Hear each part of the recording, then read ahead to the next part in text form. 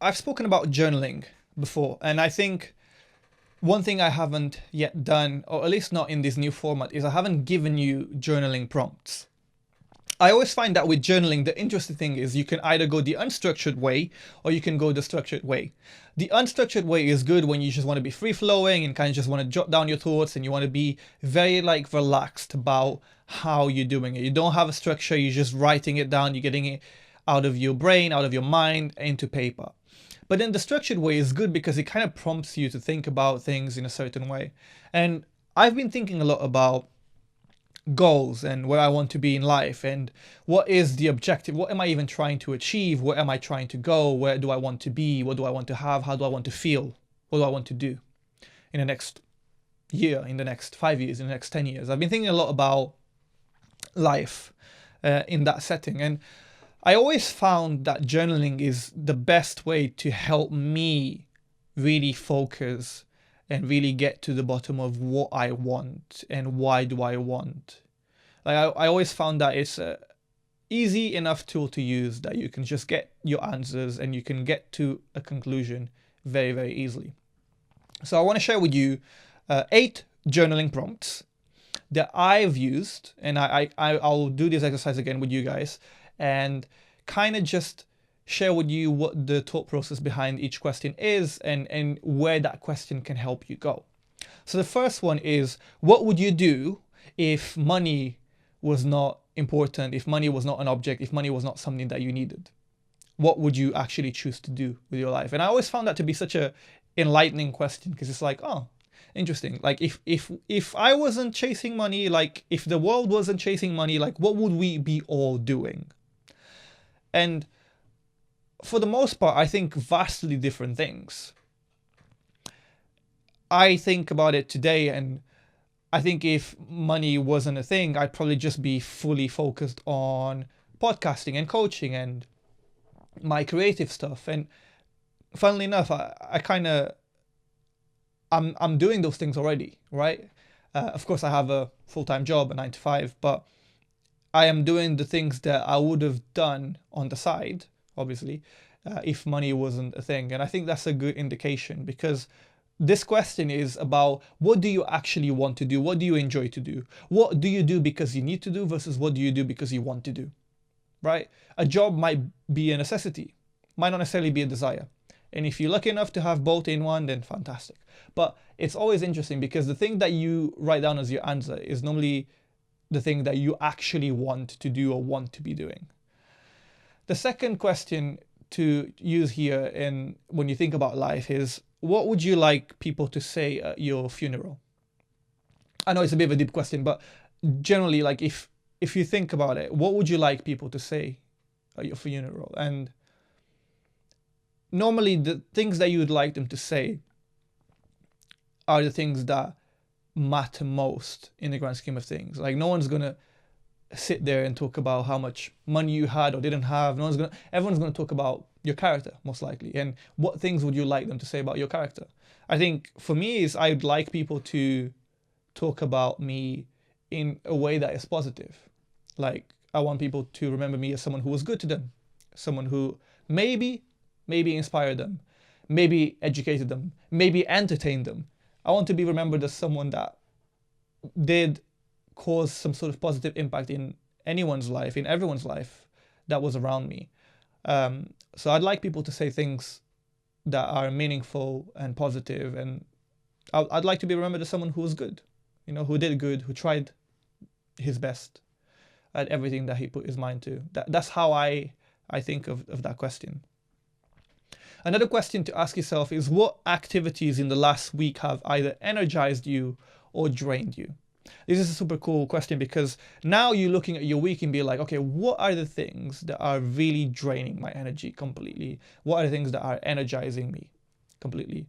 And it's good because if you know the things that are draining your energy, you can kind of choose to either remove them or reduce them. And if you know the things that are energizing you, you can increase them and double down on them. So this past week, I would say that I've been drained. What has been draining? Putting me on a spot. I can't think of anything that was particularly draining this week. Maybe having to plan a lot of episodes has been a bit draining. Even though I enjoy it, even though it's meaningful, doesn't mean that it can't be draining sometimes. Energizing. Well, the gym. I always find the gym, cold showers, especially in the morning, like super energizing. I feel like I have like a boost of energy for the rest of the day. So those activities, like going to the gym early in the morning and making sure I take a cold shower after, like, have really been energizing. I just remembered something that was draining actually. The sleeping late has been actually quite draining for me. So I need to do better on that front. But yeah, those are things that I can just remember off the top of my head now that have energized me and have drained me. What is your Odyssey, I don't know how to pronounce it, plan? So this is like a concept around your life, and you kind of ask yourself 3 questions, which is like, where will you be if your life continues down the same path? So in 5 years' time, where do you think you will be if you continue with your current lifestyle and nothing changes? And so that gets you to think about, okay, if nothing, absolutely nothing was to change in my life, and I carried on with the current lifestyle, 5 years down the line, where would I be? And then the follow-up question from that is, if you take an alternative path to what you're currently doing, what does your life look like in 5 years? So if you chose just an alternative path to your current one, what would life really look like in 5 years' time? Look better? Worse? Different? What would really change? And then the third follow-up there is, if you chose a completely radical path, how would your life look like? Like, what would your life look like if you chose a complete radically different path than your current one? What would it look like in 5 years' time? And that's so interesting, because it gets you to think about, okay, here's my current path, here's what I'm doing, and here's what I could do different, and here's what I could do completely different. So you have your current path, your alternative path, and your completely radical path. And what would life look like in 5 years' time in each of those paths? And that might be enough to get you to think about whether or not you should be pushing with your current path, or whether you should be pivoting. So it's great insight actually in that sense. Another one that I really like, and all these questions and prompts that I'm giving you, I saw on an Instagram post, and I thought it was interesting. And when I journaled about it, I really thought about things that I haven't even thought about for a while. This question that I'm going to say next is interesting. So if I repeat this week's actions for the next 10 years, where does it lead? And is that where I want to be? Super interesting. So if your actions from this week were exactly the same actions that you took every single week for the next 10 years, where would you be? And is that really what you want to be? And so that gets you to take a harder look at your life. Like, are you dedicating enough time with your family? Are you dedicating enough time to your health? Like, if this is my week every week, where am I going to end up in 10 years' time? I know that sometimes it can be difficult to think about 5 years, 10 years. Like, this is like, I don't even know what I had for breakfast yesterday. I don't even know what I want to have for dinner tonight. Like, God knows how I'm going to think about the next 5 to 10 years. But it's always interesting to take a step back and analyze your actions, because your actions are the biggest dictator of where you're going to be. If you want to know where you're going to end up, you just take a look at your actions. Not your words. Whatever you're saying that you're going to do, that doesn't matter. It's what you're actually doing that does matter. And so taking that step back allows you to see, okay, maybe I don't want to be in a certain place in 10 years' time, but this action, if repeated for 10 years, is going to lead me there. So maybe I need to change something. Maybe I don't. Maybe everything's fine. Maybe I'm down the right path, and that's perfect. But it gets you to think about it. Another question is, what is the goal and what is the bottleneck? It's a really cool question. So the goal being, what is it that you're trying to do or trying to achieve? The bottleneck being the thing that's stopping you from achieving it, blocking you from doing it, or slowing you down whilst you're doing it. So that's what the bottleneck is. So when you think about your goal, what is the goal? What is the bottleneck? For example, the goal might be, for me, to eventually be able to be full-time on a podcast. That'll be cool. The bottleneck might be that I have to find a way to make it sustainable. Maybe if I have partners that I can work with, sponsors, I can sustain the podcast. Like, see, this is what I mean. It's like, what is the goal? Go full-time on a podcast. What is the bottleneck? Well, the bottleneck might be financially the investment required to make this a forever thing as a video podcast. So it gets you to think about it. And once you know the bottleneck, you know what you need to do. So I know the bottleneck here. I'm working actively on resolving that bottleneck. And we'll see how it all pans out in a few months' time. The next question here is one that it can be a bit morbid, but it's a good way to take some level of clarity into consideration for your life, which is, if you knew you'd die in 2 years' time, how would you spend your time? Right? If you just knew, if you only had two years to live, if you only had 2 years left to live, how would you choose to spend your time?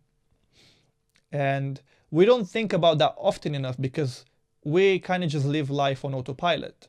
And so it almost feels like, well, it's taken for granted. Like, you almost take it as a guarantee because you don't have this perception of time. Like, time is not something that you can visualize. Yeah, you have a watch and a clock and your phone tells you the time, but you don't have a perception of time. That's why I like sun timers, because you kind of see the time just come down and you kind of see the time visibly. In a sun timer, you can see time, whereas without a sun timer, it's very hard to visualize this concept that we call time. So it's interesting, like, how would you choose to spend your time? How would you choose to live your life? What would you do differently?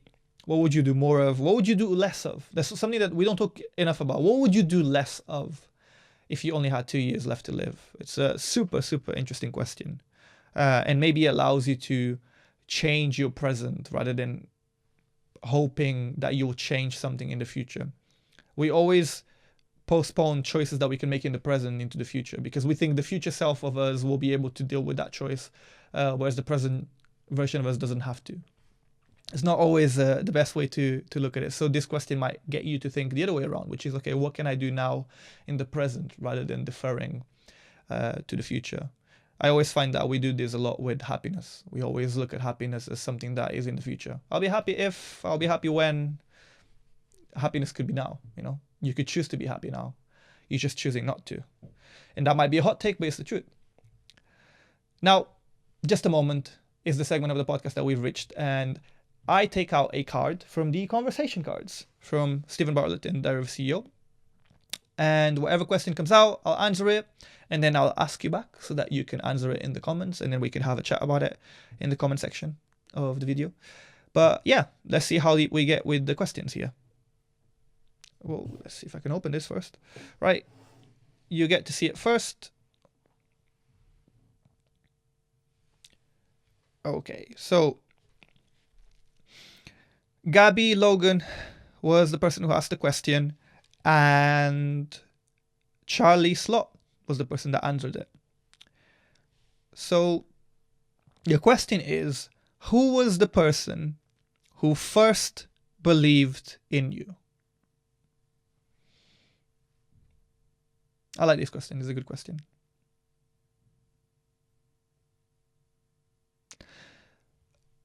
To me, if I'm being honest, and I want to be fully honest here, the person who first believed in me was me. And maybe I'm deluded to an extent. Who knows? But like, I remember just vividly from a very young age, like, believing in myself a lot.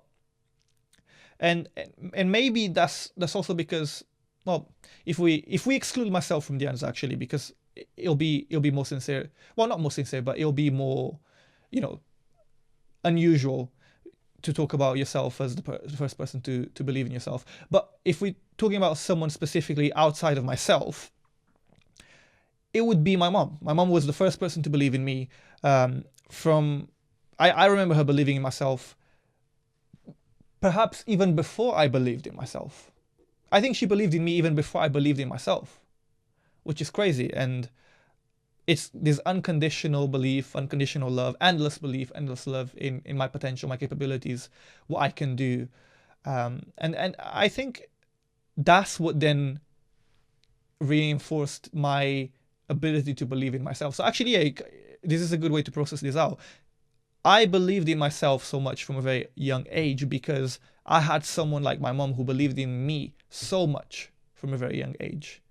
Her belief in me is what reinforced my belief in myself.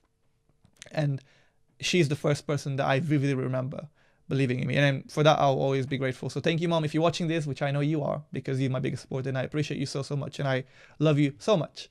Thank you. Thank you for believing in me, because that gave me the confidence, the comfort, and the peace of mind to believe in myself more and more. And that actually was started by you. I believe in myself today and back then because you believed in me first and foremost. So thank you so much, Mom. If you enjoyed today's episode, then, well, two things. One, if you can let me know who was the first person that believed in you in the comments, that would be amazing. I'd love to know. Share with me, and I'll make sure to reply to your comments and interact with you. And secondly, if you've learned anything from the episode, if you've enjoyed the episode, if you've taken any value from today's episode, then if you could please hit the subscribe button, that would mean the world to me. If you could just hit the subscribe button, that would help us a lot. Thank you.